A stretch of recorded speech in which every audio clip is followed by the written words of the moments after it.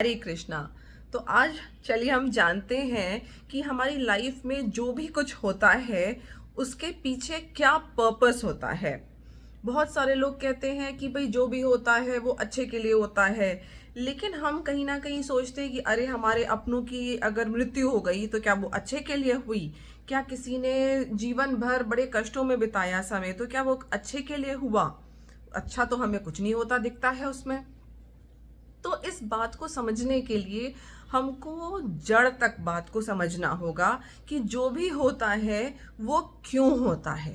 चाहे जो अच्छा हो रहा है वो भी और जो बुरा हो रहा है वो भी, दोनों ही चीजें क्यों हो रही हैं, इसके पीछे का पर्पस जानना बहुत जरूरी है। तो भगवत गीता में जब अर्जुन जो है बिल्कुल थक हार करके अपने धनुष को नीचे रख देता है और आंखों में आंसू भरकर बकायदा रोने लगता है कि मेरे से युद्ध नहीं होगा, तो सुनिए कृष्ण उसको क्या समझाते हैं, कैसे इस बात को स्टार्ट करते हैं। कृष्णा सिर्फ वो स्टार्टिंग ही अपने आप में बहुत इंपॉर्टेंट है। कृष्ण अर्जुन से कहते हैं, हे अर्जुन, तुम्हारे मन में यह कल्मश आया कैसे? युद्ध ना करने का ये जो कल्मश है यह आया कैसे? यह उस मनुष्य के लिए तनिक भी अनुकूल नहीं है जो जीवन के मूल्य को जानता हो। इससे उच्च लोक की नहीं अपितु अपयश की प्राप्ति होती है। तो कृष्ण कहना चाह रहे हैं कि तुम्हें तो ये मतलब करना ही होना ही नहीं चाहिए था, क्योंकि तुम तो वो इंसान हो जो जीवन के मूल्यों को जानते हो। और जो इंसान जीवन के एक्चुअली मूल्यों को जानता है, मूल्य मतलब समझ लीजिए पर्पस को जानता है, रूट्स को जानता है कि हर इंसिडेंट हमारी लाइफ में जो होता है चाहे छोटा हो या बड़ा हो वो क्यों होता है, इस बात को जानता है, तो ना वो बहुत खुशियां मनाता है और ना ही वो बहुत दुखी होता है, क्योंकि वो मूल्यों को जानता है। उन्होंने अर्जुन को आर्य कह करके संबोधित किया। अर्जुन एक आर्य था, आर्य रेस को बिलोंग करता था। अब इसका जो पर्पोट है उसको बड़े ध्यान से सुनिएगा, ये चीज आपकी भी प्रॉब्लम को सॉल्व करेगा और अर्जुन की भी, कि जो होता है उसके पीछे एक्चुअली में बहुत हायर पर्पस होता है। आपकी लाइफ में भी जो हो रहा है उसके पीछे जो इमीडिएट रिजल्ट है, जैसे किसी का मेडिकल में सिलेक्शन नहीं हुआ, इंजीनियरिंग में सिलेक्शन नहीं हुआ, तो क्या एक्चुअली में उसका डॉक्टर बनना नहीं लिखा था इसलिए सिलेक्शन नहीं हुआ, या वो बुरा डॉक्टर बनता इसलिए सिलेक्शन नहीं हुआ, या अच्छा इंजीनियर नहीं बनता इसलिए सिलेक्शन नहीं हुआ? क्या ये उद्देश्य खाली पीछे था? नहीं, it has a very higher purpose. हर चीज का बहुत हायर पर्पस है, एक ही हायर पर्पस है हम सबका, और वही अर्जुन का है। और उसी के लिए ये छोटे छोटे इंसिडेंट्स हमारे लाइफ में जो होते हैं उसके पीछे बिहाइंड बहुत दूर एक और पिक्चर चल रही होती है, जिस मूवी तक हमको हमारा फाइनल डेस्टिनेशन होता है वहां पहुंचना होता है। इसलिए ये अलग अलग अलग अलग अलग छोटी मोटी बड़ी चीजें हमारे साथ घटती हैं। अर्जुन को यही बात कृष्ण समझाते हैं। आप देखिए शुरुआत ही उन्होंने इसी बात से करी है समझानी। आपको भी मैं इसी बात से समझा रही हूं कि अपनी लाइफ में आपके जो भी कुछ हो रहा है उसके पीछे का पर्पस समझिए। क्या कह रहे हैं कृष्ण आपसे?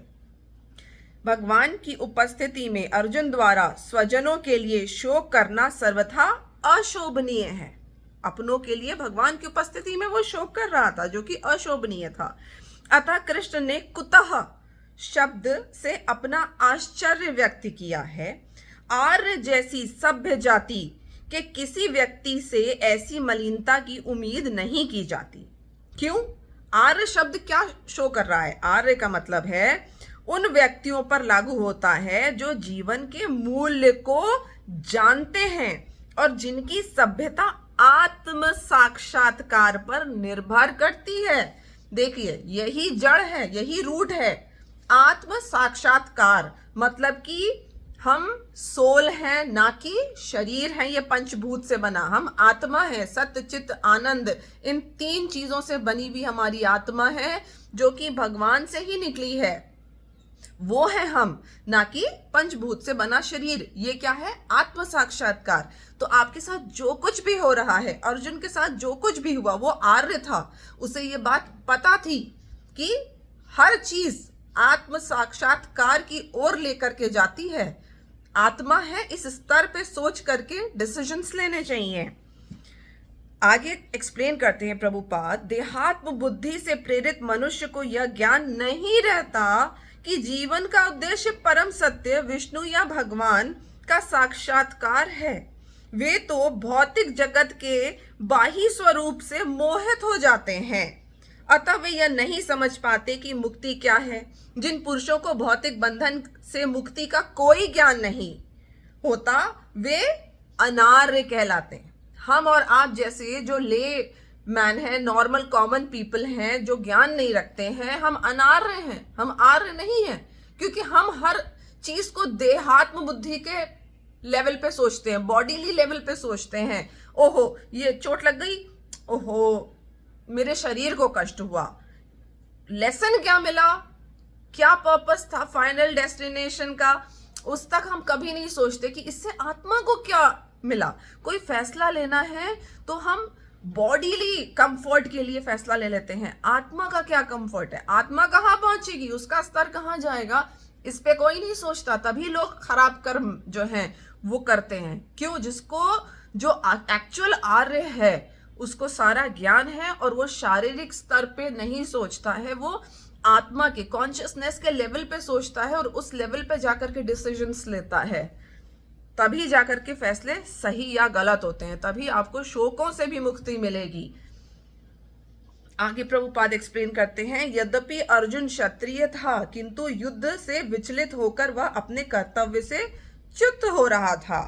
उसकी यह कायरता अनार्यों के लिए शोभा देने वाली है। मतलब हम जैसे लोग कॉमन, जिसे ज्ञान नहीं है आत्मा का, हमारे लिए शोभनीय है कि हम जो है हमसे नहीं होगा, क्योंकि हम बॉडी लेवल पे सोच रहे हैं। तो अगर अर्जुन जो है बॉडी लेवल पे सोच रहा है, मतलब कि वो अनार्य है, हमारी तरह सोच रहा है, हम अनार्य बन जाते हैं। अगर लेकिन हम भी अगर ज्ञानी बन जाएं, हम भी बॉडीली कॉन्शियसनेस से बाहर निकल करके सोचना शुरू करें कि जो कुछ भी हो रहा है वो किसी और बहुत ही हायर पर्पस के लिए हो रहा है, तो हम आर्य कहलाएंगे। We will also become Arya.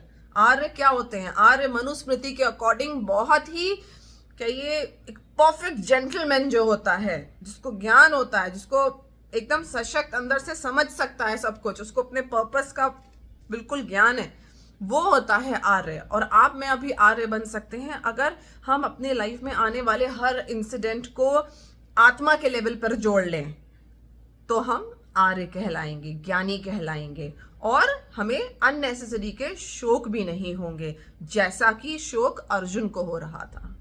Hare Krishna.